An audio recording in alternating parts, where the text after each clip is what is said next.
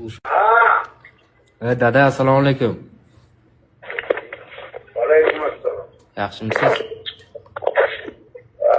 So'ramasang yaxshiman. Ovozingiz yaxshi kelmayapti. Yaxshi kelishga qo'ygansan, gapiraver. Dada, anavi Setanta bor kanal. Ha, O'shanga mendan pul yechib oldi. nechi pul? 44,990 so'm.